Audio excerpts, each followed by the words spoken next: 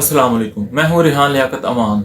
कब्ज़े की कानून की नज़र में क्या अहमियत है, इस बात का अंदाज़ा आप इस चीज़ से लगा सकते हैं कि जो शख्स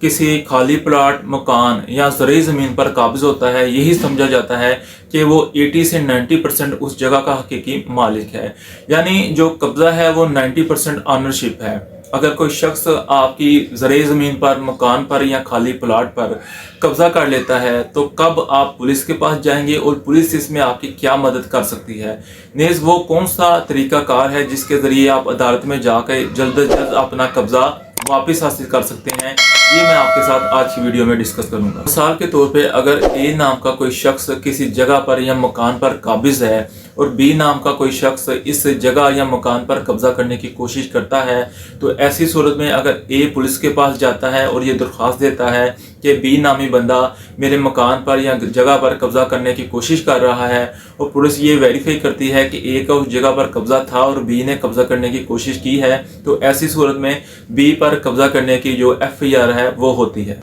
तहम अगर बी नामी शख्स वाकई ही उस जगह का हकीकी मालिक हो और उसके पास रजिस्ट्री या दूसरे मुतल्लिका डॉक्यूमेंट्स मौजूद हों और वो अदालत में जाता है और ये साबित कर देता है कि ए नामी शख्स ने उसकी जगह पर नाजायज़ कब्ज़ा किया हुआ है, तो ऐसी सूरत में अदालत बाकायदा एक बेल्फ मुकर्रर करती है। ये बेल्फ उस जगह वाले थाने में, यानी जो मुतनाज़ा जगह होती है उसके मुतल्लिका थाने में जाता है, वहाँ की पुलिस की हेल्प लेता है और उस जगह का कब्ज़ा उस शख्स को जिसने ये अदालत में पिटीशन की होती है या अदालत में इस्तग़ासा किया होता है, इसको वापस दिलवाता है। इसकी एक सूरत हाल ये भी है कि बाज़ औक़ात कोई ऐसी जगह होती है, जैसे कोई खाली प्लाट होता है जिसके मुतल्लिक ये वाज़िया नहीं होता कि इसका असल काबिज़ कौन है, तो ऐसी सूरत में पुलिस को अगर नक्शे अमन का खदशा हो कि इसके कब्ज़े की वजह से कोई नक्शे अमन का मसला पैदा हो सकता है, तो ये मुतल्लिका मजिस्ट्रेट साहब को इसकी इतला देती है और इस जगह को 145 ज़ाब्ता फौजदारी के तहत यानी 145 CRPC के तहत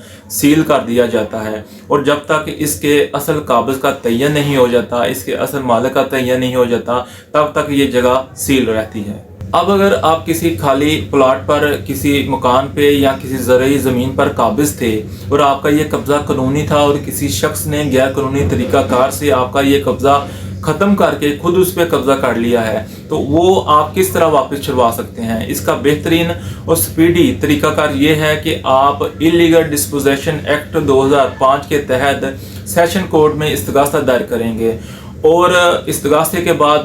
जज साहब मुतल्लिका SHO साहब से या फिर रेवेन्यू डिपार्टमेंट से या जिससे वो मुनासिब समझेंगे इसके मुतल्लिक रिपोर्ट हासिल करेंगे, और अगर आपका जो कब्ज़ा है वो कानूनी हुआ तो आपको आपका कब्ज़ा ना सिर्फ वापस दिलवाया जाएगा बल्कि उस जो मुल्ज़म है उसके खिलाफ कार्रवाई करते हुए उसको 10 साल तक की सज़ा भी होगी और आपका इस पे जो खर्चा आया होगा वो भी आपको वापस दिलवाया जाएगा। और इसमें ये बात मायने नहीं रखती कि वो शख्स जो सा है जो नाजायज़ तौर पर उस जगह पे काबिज़ है, वो 50 साल से उस जगह पे काबिज़ है, 60 साल से उस जगह पे काबिज़ है, उसका कब्ज़ा कितना पुराना है। यानी अगर आप उस जगह के मालिक हैं, आपके पास डॉक्यूमेंट्स मौजूद हैं, तो आपको आपका कब्ज़ा जो सा है वो वापस दिलवाया जाएगा। इलीगल डिस्पोजेशन एक्ट 2005 तेज़ तरीन तरीक़ाकार है और बड़ा बेहतरीन कानून है, लेकिन इसमें तब मसला पैदा होता है अगर इसमें मज़ीद कुछ तहकीक तलब अदालत को मामलात का सामना करना पड़ता है, जैसा कि वरासत के मामलात, तकसीम के मामलात या फिर निशानदही के मामलात,